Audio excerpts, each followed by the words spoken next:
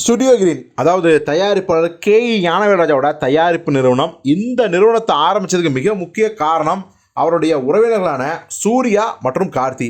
So கார்த்தியை வச்சு பருத்தி வீரன் அப்படிங்கிற படத்தையும், நம்ம சூர்யா வச்சு சில்லுன்னு ஒரு காதல் அப்படிங்கிற படத்தையும் தான் தயாரித்தார் நம்ம ஞானவேல்ராஜா.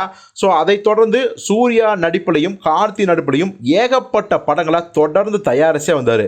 கொஞ்ச காலமாக தான் வெளி ஹீரோக்களை வச்சு படமெல்லான்னு சிவகார்த்தியை வச்சு மிஸ்டர் லோக்கல், நம்ம சியான் விக்ரம் வச்சு தங்கலான் இந்த படங்கள்லாம் பண்ணாங்க. இப்போ பார்த்தீங்கன்னா மீண்டும் சூர்யா நடிப்பில் பார்த்தீங்கன்னா கங்குவா படத்தை எடுத்திருக்காரு. ஆனாலும் கூட அடுத்த படமும் ஸ்டுடியோ கிரீன் ஞானவேல்ராஜா தயாரிப்பில் நம்ம சூர்யாக்கள் ஒரு படம் நடிக்க போகிறாரு அப்படிங்கிற விஷயம் கன்ஃபார்ம் ஆகிடுச்சு. ஏன்னா ஞானவேல்ராஜாவோட அந்த ஸ்டுடியோ நிறுவனத்தில் நம்ம சூர்யாக்கள் சமீபத்தில் ஏன் படம் கமிட் பண்ணலாம் அப்படின்னா, ஒரு பக்கம் இன்னொரு உறவினர் கம்பெனியான எஸ்ஆர் பிரபுவின் அந்த ட்ரீம் வாரியர்ஸ் பிக்சர்ஸ் நிறுவனம் இருக்குது. நல்ல நல்ல படங்களை கரெக்டாக பண்ணுவாங்க. கைதி மாதிரி, தீரன் அதிகாரம் ஒன்று மாதிரியான அட்டகாசமாக படம் பண்ணுவாங்க. அவங்களுக்கு காட்சி கொடுப்பாரு, குறிப்பாக கார்த்தி அவங்களுக்கு கொடுப்பாரு. அப்புறம் 2D என்டர்டைன்மெண்ட் நல்ல படங்களை மட்டுமே தயாரிக்கணும் அப்படி முடிவோட சூர்யாவும் ஜோதியும் சேர்ந்து ஆரம்பித்த கம்பெனி, நல்ல கம்பெனி.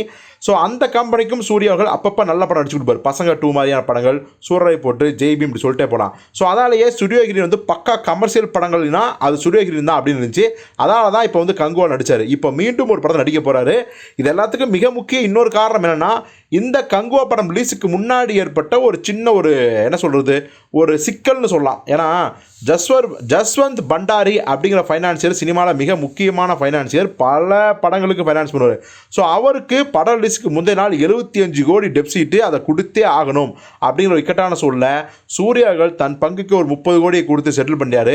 மீதி ஒரு 40 கோடிக்கு பார்த்தீங்கன்னா ஞானவேல்ராஜாக்கள் சூர்யா வச்சு அடுத்ததாக ஒரு படம் பண்ண போகிறோம் அப்படிங்கிற அக்ரிமெண்ட்டில் போட்டு, அந்த அக்ரிமெண்ட்டின் பிரகாரம் 40 கோடியை வாங்கி அதை ஜஸ்வந்த் பண்டாரிக்கு செட்டில் பண்ணிட்டாரு.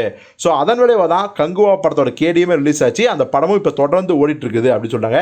ஸோ எது எப்படியோ அடுத்ததாக ஸ்டுடியோ கிரீன் தயாரிப்பு நிறுவனத்தில் மீண்டும் சூர்யாக்கள் ஒரு அட்டகாசமாக படத்தை நடிக்க போகிறாரு.